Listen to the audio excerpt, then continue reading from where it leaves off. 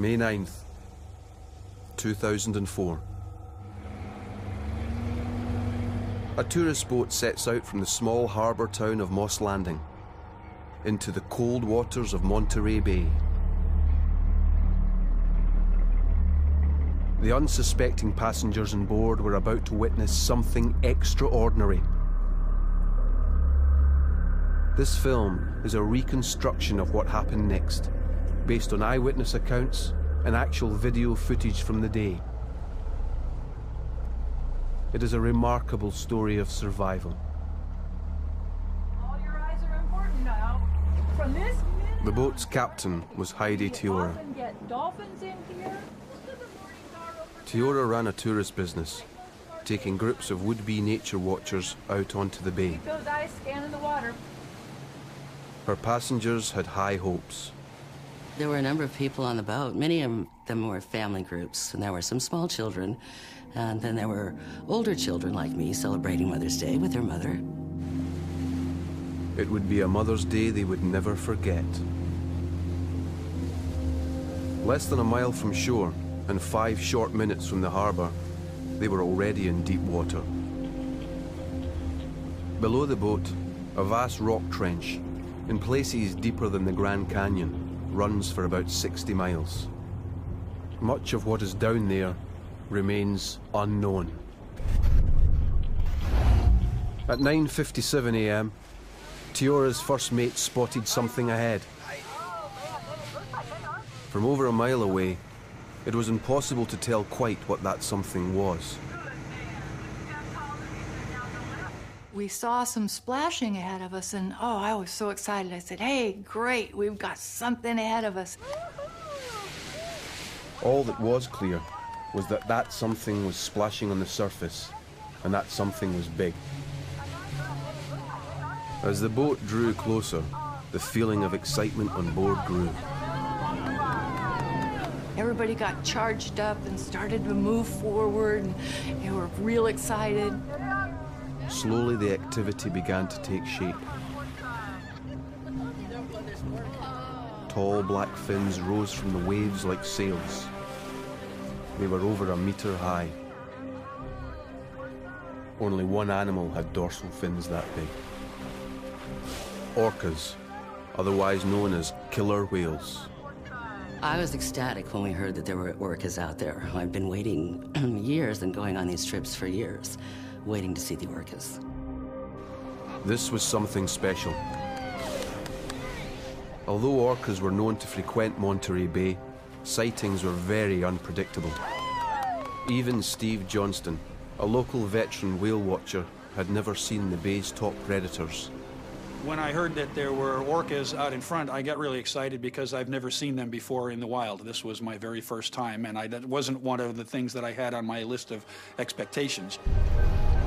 By 10:03, the whole boat could clearly see the killer whales. Everybody went running to try to get a view, and I got up near the front of the boat. And we could see a lot of activity in dorsal fins and some jumping and thrashing around, so they were pretty active. At first, the children on board were excited. It looked like the orcas were playing. We saw lots of thrashing, lots of killer whales jumping. They were acting kind of rambunctious and jumping out of the water and coming down again. From over 100 meters away, the activity looked innocent enough. Even to Teora, who had been on this water more often than anyone else on board. Quite often when they get together, they will just kind of gather and play, and I thought that's what we might be seeing up ahead of us. But as she edged the boat closer, it became clear that this was not play. The time was 10:05. But I slowed down, and this activity started to take on a more sinister tone. There was a blow that erupted from the gathering of killer whales that was far too big. When any marine mammal comes to the surface to breathe, it exhales a spout of gas and water into the air, just like a human snorkeler.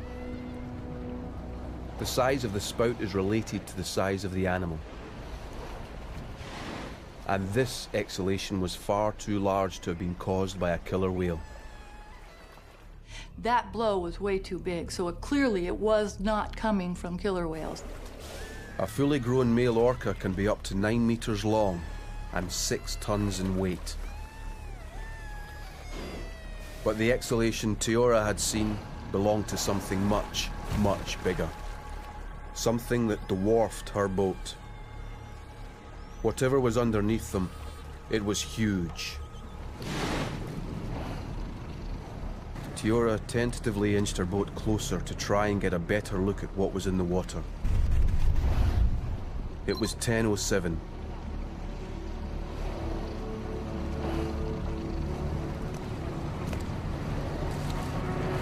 Then as we got closer, I could see what it was. It was a California gray whale cow.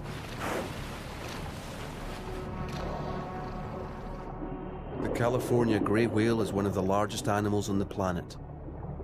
A fully grown female, known as a cow, can easily weigh up to 35 tons, the equivalent of 11 female African elephants.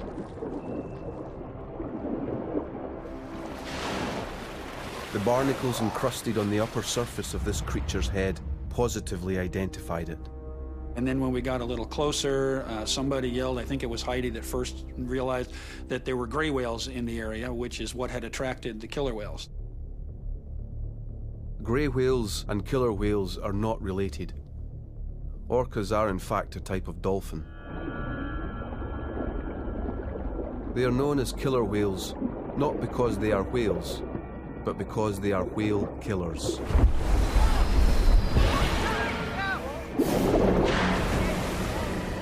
This was the attack that I never wanted to see.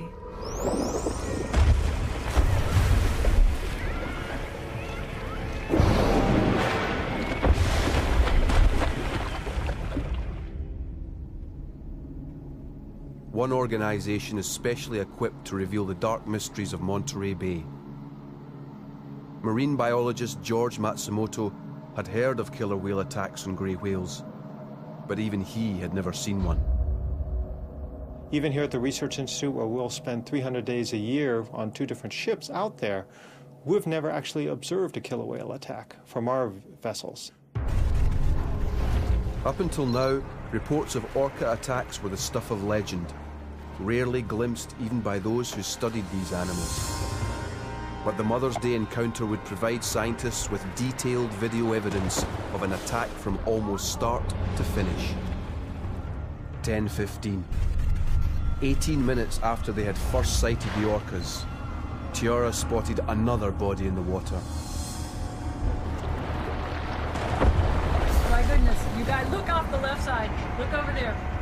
In the midst of the mayhem, there was another, smaller participant.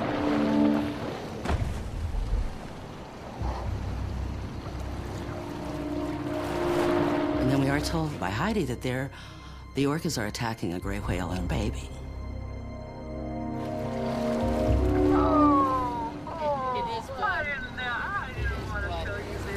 Grey whales only raise one infant at a time. Judging by the size of this calf, it was around 3 months old. There was nothing anyone could do. Look at that little baby. The passengers could only watch in horror and fascination. You don't really want to watch, but you have to because you want to know what's going on. No, your mothers can understand. Truly, this was one of the most powerful things any of us on board had ever seen. And orcas are so tough. You see how they're going after its fluke tips and the little pectoral flippers? The killer whales were thrashing their tails at it. The killer whales were trying to prevent the calf from breathing. They were trying to drown it.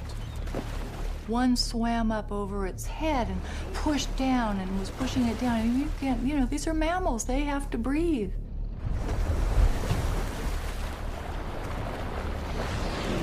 A grey whale can hold its breath for up to 15 minutes.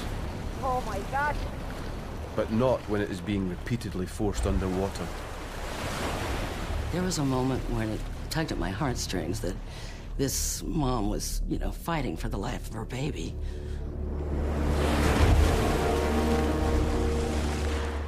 Grey whales are ferociously protective parents, but they have little defense against a prolonged group attack. But how had these two mighty adversaries come together so close to the harbour? Environmental journalist Dick Russell knew that grey whales were only ever fleeting visitors to the area.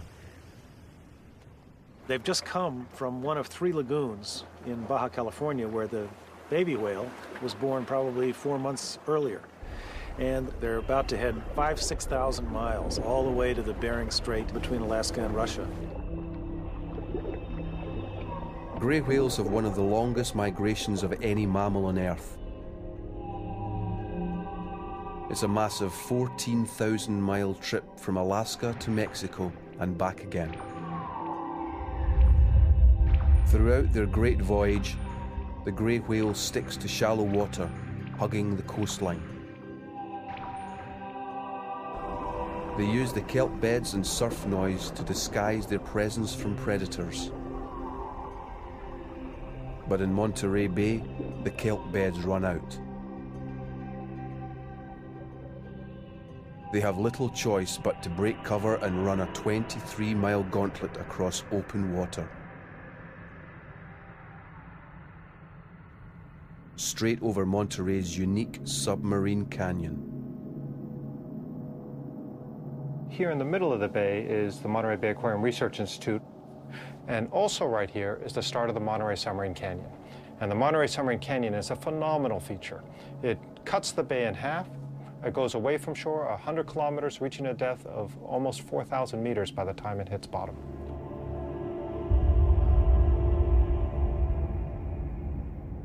Even if the whales stayed in the shallows, they would still have to cross the deep water of the canyon.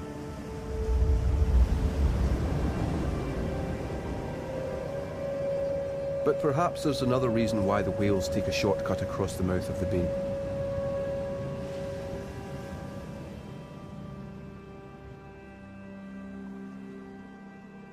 This place was once home to a much more formidable predator.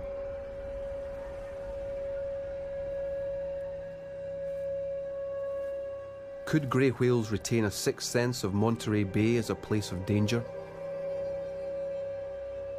100 years ago or more, the main predator of gray whales was still human beings.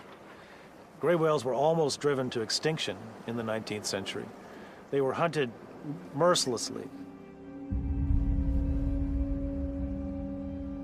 In the lagoons in Baja California, right there in their birthing grounds, in places like Monterey, the baleen was used, the oil was used. It was really just a bloodletting. After the Californian grey whale's breeding grounds were discovered in the 1850s, the animals were hunted to near extinction. By the 1920s, only a few hundred individuals remained. The industry became uneconomic, and whaling in Monterey Bay ceased. But could memories of those dark days live on in the minds of today's migrating grey whales? So maybe there's some kind of memory, who knows, a genetic memory in the whales, some of the whales, that says we don't want to get too close to shore. There may be a more pressing reason for the mother's risky decision to take a shortcut. Desperation born of hunger. The mother probably hasn't eaten since she was last on the feeding grounds, which was way back last fall, last October. And now here it is May, and she's running maybe a little late, and her energy supplies are dwindling perhaps more than she wants them to be. And so she's decided that she's got to go across that canyon to save time. The strategy has backfired. It's 10:41, 38 minutes since Teora's boat arrived at the scene, and the mother and calf are in obvious distress. This rapid blowing is the whale equivalent of panting. They are, quite literally, gasping for air.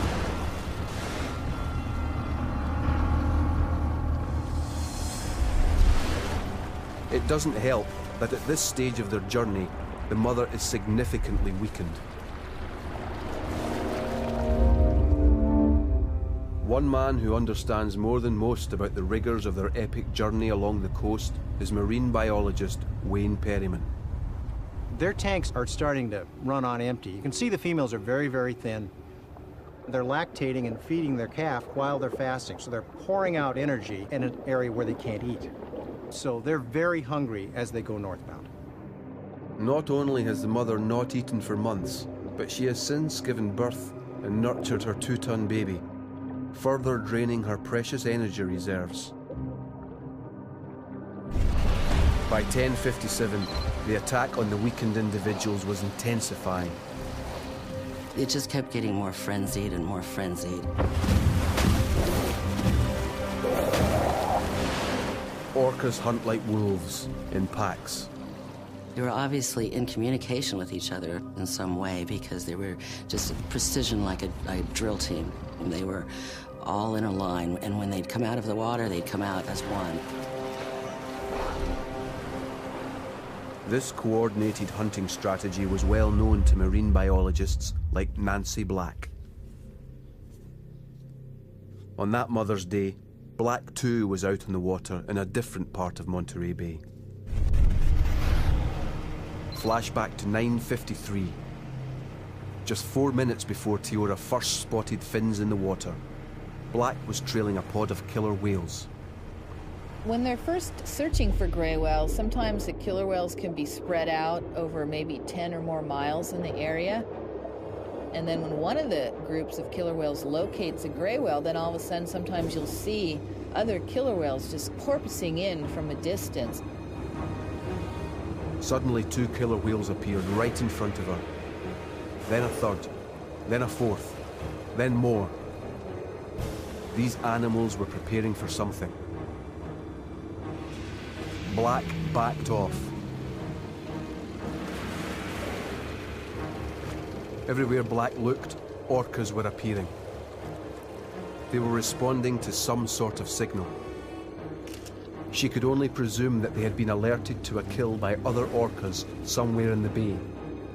So obviously they've heard this and listened for it, and there's not competition. It seems to be the killer whales are working together, and probably having extra help is an advantage. Without warning, the orcas suddenly picked up speed and headed east. Black knew something special was up, and before speeding off to pick up assistance, she radioed her sightings to a colleague, Richard Turnillo. Richard, they're up here at about 2 o'clock. Turnillo's boat was 15 miles away with another group of tourists when the call came in. But having run natural history trips for 25 years, Turnillo knew that this was an extremely rare chance to see a killer whale attack at first hand. Our other boat was whale watching, along with our research boat, and they had come across an attack. So they called us and we went over and looked. I mean, for a lot of people, it's a once-in-a-lifetime opportunity to see one of the greatest predation events on Earth. One passenger on board that day was local professional bird guide, Roger Wolfe. We've been having a pretty good day. Everybody was real excited. And then the call comes in over the radio. Hello? What's up? Richard, they're up here at about 2 o'clock.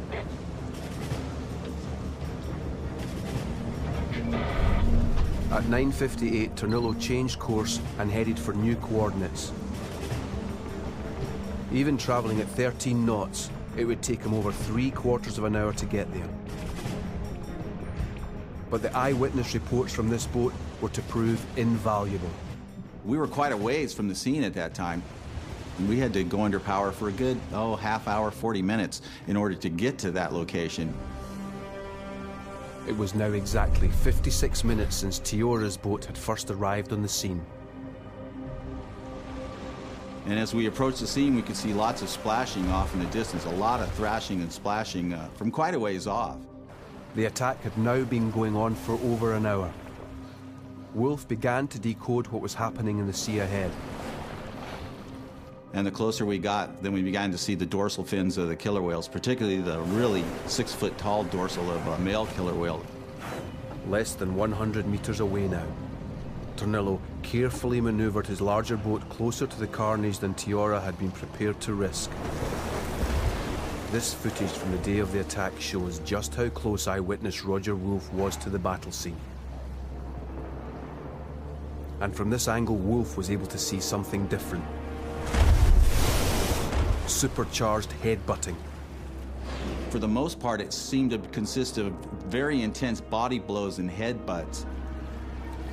We would see the killer whales come in and hit the calf, and at the same time, we'd see their dorsal fin shake with the impact. And the blow out of their blowhole would be more intense upon impact. This ramming was not just winding the calf, it was causing major internal damage.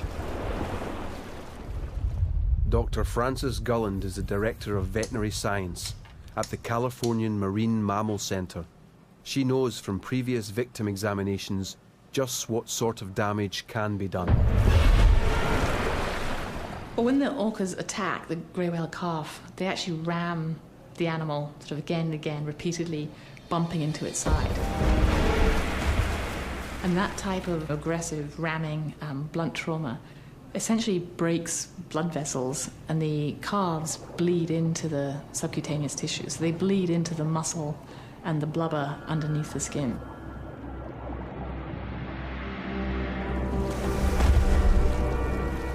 It was no wonder then that this mother was using every ounce of her strength and all of her wits in a supreme effort to protect her baby.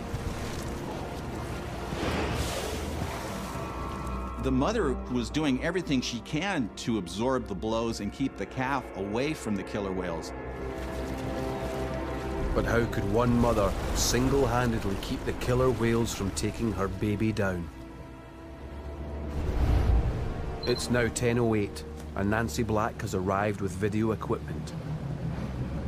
The combination of video footage and close-up photographs was to prove crucial in the later analysis. By photographing the dorsal fins, Black hoped she would be able to identify the individual attackers.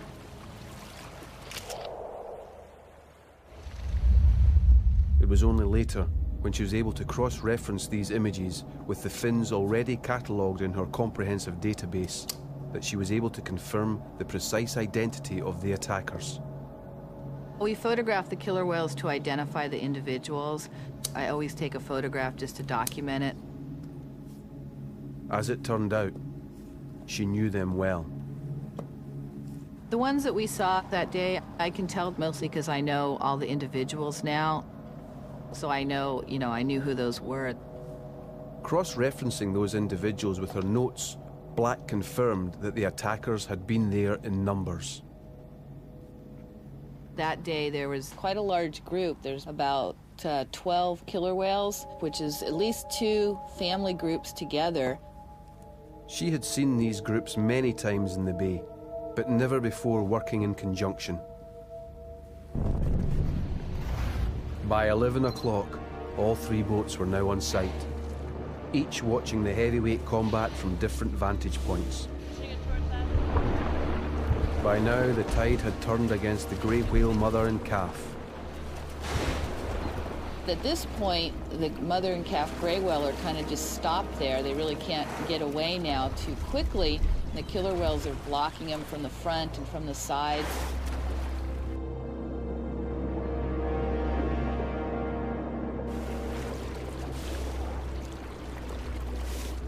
The mother could easily escape if she wanted to and just take off, but she doesn't do that.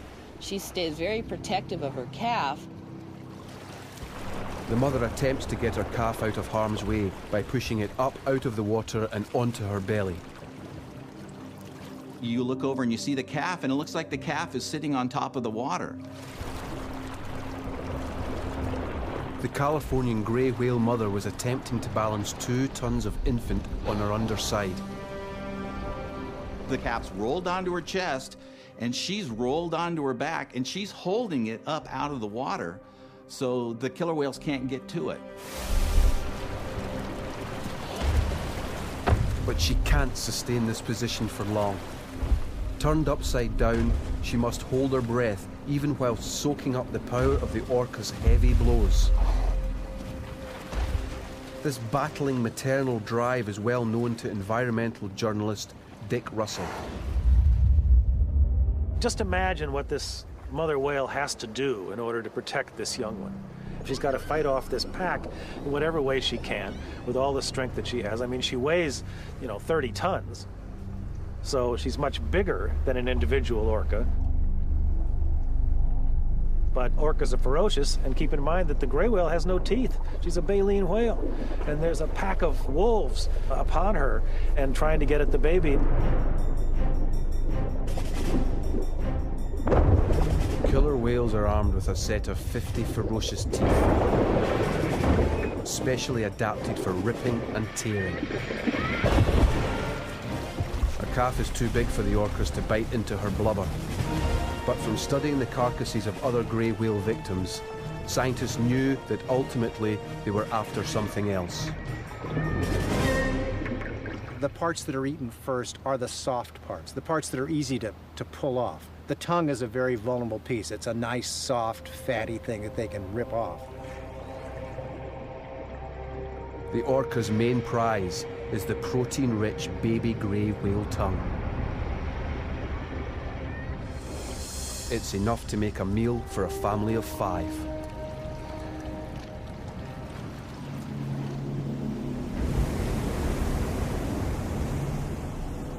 Dr. Francis Gulland has conducted necropsies on the dead bodies of many grey whale calves and had a good idea of the likely outcome.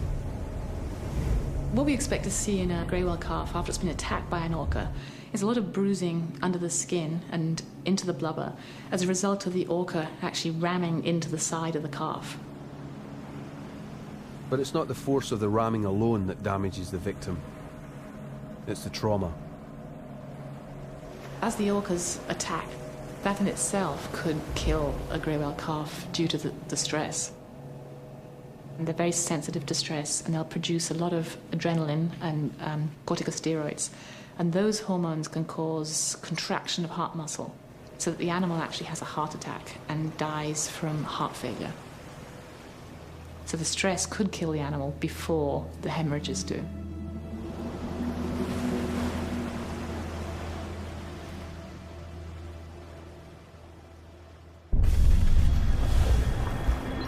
On Mother's Day in Monterey Bay, it is now 11:19.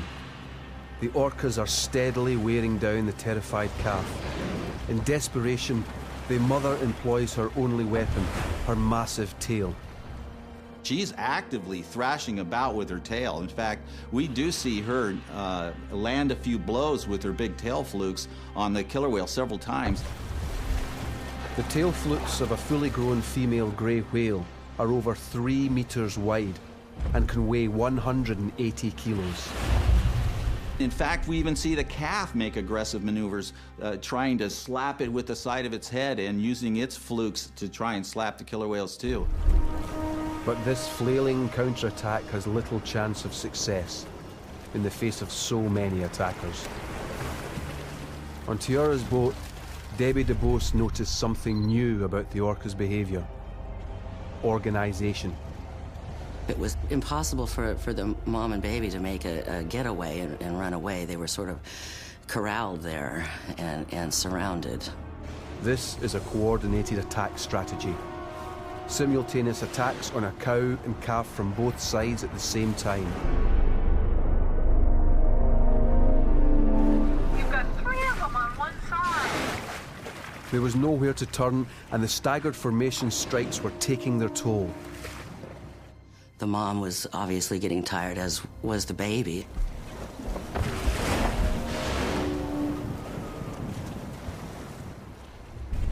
From her inflatable, Nancy Black was trying to keep count of the fast-moving orcas. You know, some of the killer whales are missing. They must be somewhere around here. While 6 orcas maintained their assault, another 6 had disappeared from her view. From the perspective of the other 2 boats, their whereabouts soon became clear. They separated into two groups and would actually circle around and come from two different sides to attack. From where he was watching, Roger Wolfe saw a developing pattern of behavior.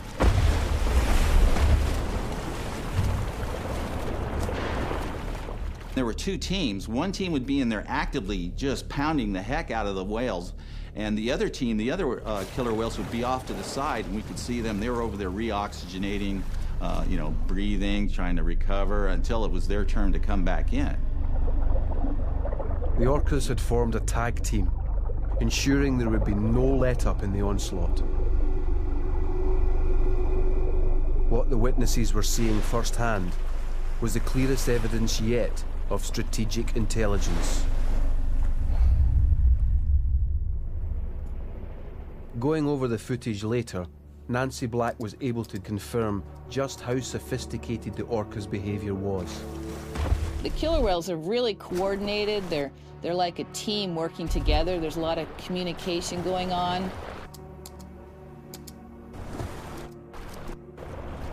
And there's a killer whale right next to it. You can see its pectoral fin of the killer whale's actually trying to push the calf away from its mother, because that's one of their tactics. They need to get the calf separated from its mother in order to really kill the calf.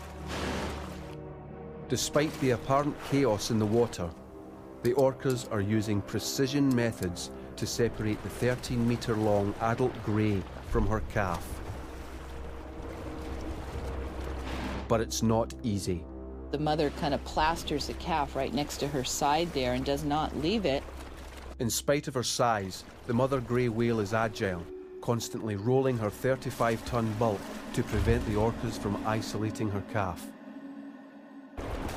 It's harder if the mother is right there because she's huge. But at 11:35, and despite the danger from the mother's tail flukes, one orca makes an audacious move. There's a killer whale just trying to get in between the mother and calf there, trying to use her flukes to push her way between that mother and calf. It's pretty sad to watch, but of course it is part of nature. By now, the struggle was moving into its third hour. It seems to me there's no way this calf has got a chance. I mean, it looks like the killer whales are going to get this calf. There's no escape for it.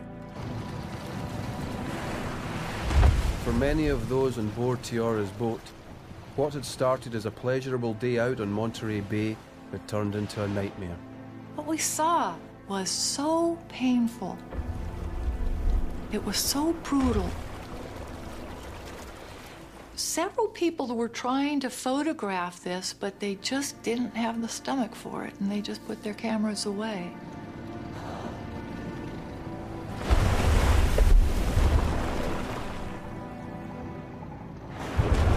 Oh, God. The outcome looks bleak, and for many of Tiara's passengers, it's become too much to bear. Yeah, I think it's got some internal injuries. Oh, God. The orcas are biting the fins and tail flukes of the calf and dragging it away from its mother's side. The sea is running red with blood. Oh. By 11:40, the combined and coordinated efforts of the orcas have succeeded in driving mother and baby apart.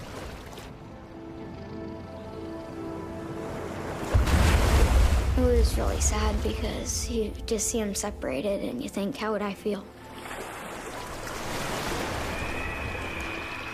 I would be really scared because if someone was like trying to take me away from my mom, it would be really scary.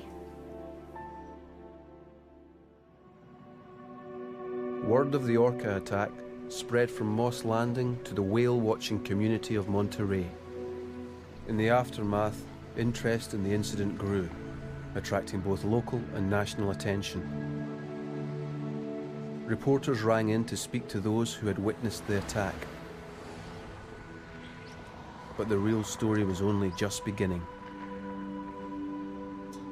As the shock waves from the events of Mother's Day were still reverberating, there came a startling report. On May 13th, in the early hours, Another battered grey whale calf had washed ashore on the beach at Moss Landing. It had all the hallmarks of the Mother's Day incident. Amid all the speculation, one scientist, George Matsumoto, sought to prove a link between the two attacks and discover why this bewildering behaviour was apparently only happening here in the bay.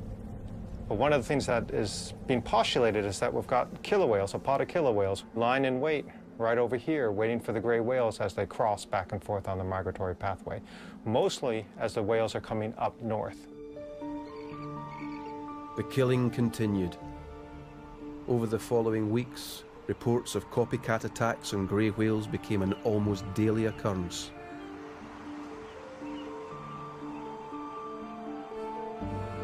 As news of the killer whale attacks spread from Moss Landing across America, even greater numbers of people began arriving in the hope of seeing this brutal behaviour for themselves. Whales are up here on the left. They were rarely disappointed.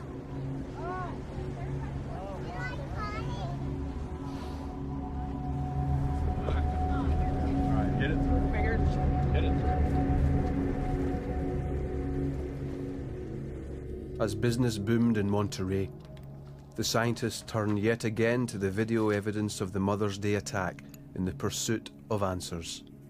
After the Mother's Day event, we had more attacks and, several per week. We were kind of overwhelmed with it because you're out doing research, you're getting up early and staying out late. There was at least 16 predation events that we knew about. There could have been others that we could have missed as well, which is really high. Finally, we realized that, this is something really unprecedented that had never happened before. It was an exceptional year. But neither by re-examining the Mother's Day footage, nor by witnessing similar attacks, could Black explain the explosion of violence that spring. She called fellow marine biologist Wayne Perryman, who had been conducting an annual census on the migrating grey whales at nearby Piedras Blancas. Right away, Nancy was saying that they're seeing a fair number of killer whale attacks, so we were keeping our eyes open to see if we'd see killer whales down in our area. Perryman didn't see killer whales, but while counting the migrating grey cow-calf pairs as they passed close to shore, he did notice something surprising. As the counts began, we were getting, good numbers. We're seeing 10, 15 cow-calf pairs a day early in the migration. It increased up to about 25 a day as we got closer to the peak. Then all of a sudden it jumped up to where we were seeing 40 and 45 cow-calf pairs passing in a day, which is really unusual. The change in 2004 was the number of gray whale calves. So the killer whales, obviously took advantage of that huge number of calves coming through and were here more frequently. So they really, used that situation in Monterey Bay to hunt the gray whales. Well, I think that the word got out. The killer whales got on the gray whales. They found that there were large numbers of calves there, and they just began to aggregate in that environment because it was a rich feeding opportunity for them. More grey whales meant more grey whale attacks. The orcas were drawn in by the unexpected abundance of food, but the grey whales were travelling 7,000 miles. Why had this behaviour only been seen in the middle of Monterey Bay? The answer to that riddle lies in an understanding of the way orcas hunt. Killer whales have echolocation, so they often will spread out, maybe over a half a mile or so, kind of searching. Grey whales have developed highly successful strategies to avoid detection. Because once the mothers and calves start crossing the bay, they go into this really kind of quiet swimming. Only sometimes you just see their blowholes. They hardly surface. But when the greys are over the canyon, they are far more exposed. The huge chasm below them creates a sonic environment perfectly suited to the hunting pods of listening killer whales. Like U-boats using sonar to hunt down ships, the orcas prowl the waters over the canyon's edge, keenly listening out for the smallest amplified clues. Here a tail slap where the briefest verbal communication is much louder. Killer whales find them by listening, passive listening for the gray whales, because they kind of make a knocking sound sometimes to navigate. So they have a much higher advantage of ambushing them here in Monterey Bay than they do other places along their migration. The attacks only happened in Monterey Bay because it was only here that the whales stopped hugging the coast and took a shortcut across open water. It was only here that the water was deep enough for the orcas to launch their attack.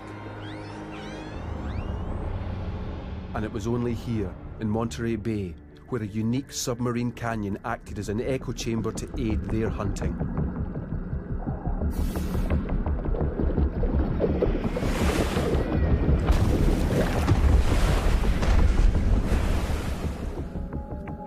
There was one further riddle surrounding the Mother's Day incident that remained unanswered. The attack had started around 9:50 and carried on until 1. More than 3 hours. Why had it lasted so long? Nancy Black went back to the tapes. By matching the video images with underwater hydrophone sound recordings made at the scene, she looked again at the individual attackers. If you put it on a computer, you know, the frequencies, the call types, the patterns are very different between the two. Visually, the adult males were identifiable by their towering dorsal fins. At nearly 2 meters high, they're as tall as a man. You can see the male killer whale in the background there. He's not really involved as much. The dorsal fins you could see at the heart of the battle were smaller.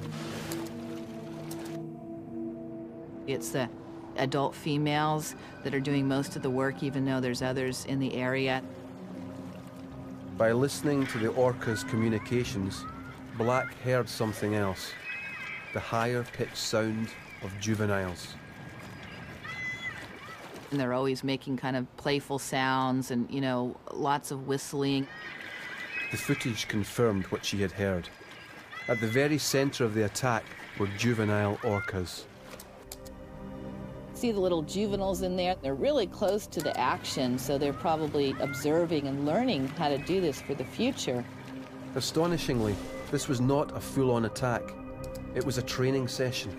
The orcas were showing their offspring how to make a kill. It's a way for them to learn how to do this over their lifetimes, and eventually when they become adults, you know, they'll be able to participate, so it's like transmitted culturally throughout their group.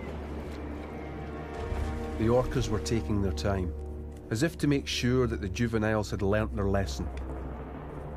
But it was this deliberation that was to provide the mother and calf with their chance of escape. 11:41, the morning of the Mother's Day attack. The orcas are continuing their assault, but against the odds, the mother grey whale is reunited with her calf. It was amazing that the mother had that kind of stamina, not to just give up. The mother makes one last desperate attempt to escape. Just as the killer whales take advantage of deep water over the canyon, so the grey whales find sanctuary in the shallows. It was then that Tiora noticed something extraordinary. Have you noticed we keep flowing in, we're moving in? The mother grey whale, though under siege, was on the move, slowly and painstakingly nudging her calf towards shore and shallower waters. It finally sunk into me. These animals are moving to the coast. They're headed in on the straightest route they can take to shallow water. When she takes her calf underwater, they're moving in, they're going east. Orcas don't like shallow water, and there's a chance that what they're doing is that mother's thinking if she can just feed into shallow water, maybe they can evade the orcas. Meanwhile, on Tornello's boat, Roger Wolfe had also identified the mother's new strategy. Now, every time there was a break in the action between the two teams, the mother and the calf would start heading for shore. but they were still over a mile from the coast, and the orcas had redoubled their efforts. The baby was virtually being eaten alive. Progress was painstakingly slow, and by now it was hard to see how the calf could possibly survive.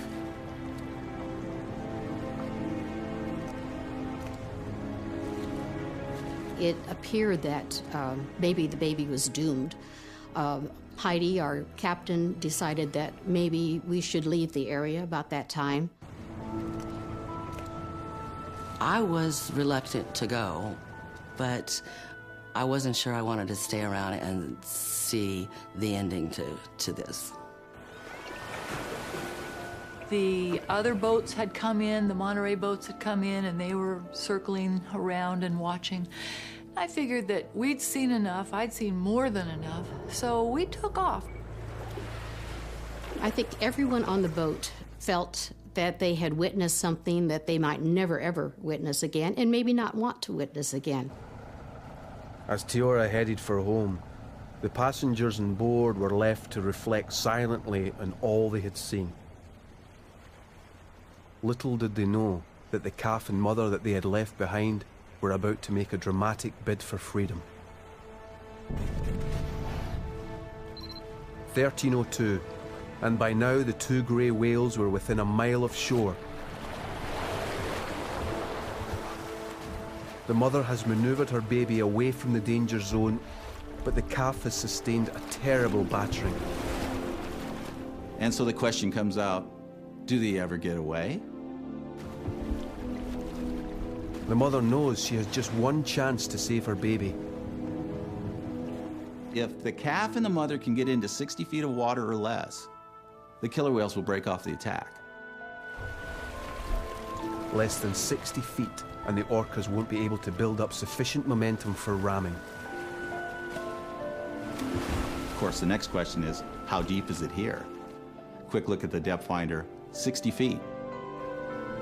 3 long minutes pass.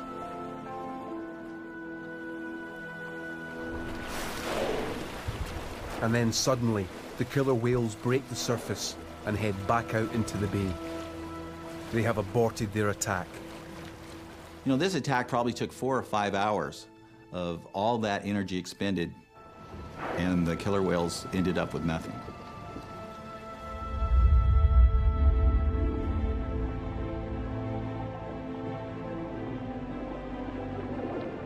After 3 hours of brutal assault, the cow and her calf are battered, but still breathing.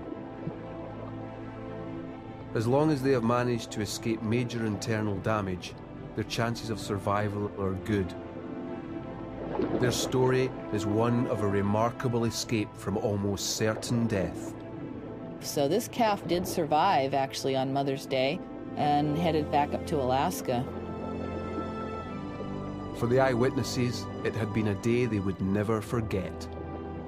I was in a state of awe. This was something I never dreamed I'd be able to be an eyewitness to. When we found out the next day that the mother whale and the baby had gotten away, we were just elated. It was wonderful, wonderful news, and that mother whale was a real fighter. I had to really count my blessings that I had actually seen what I'd seen. It was a wonderful day.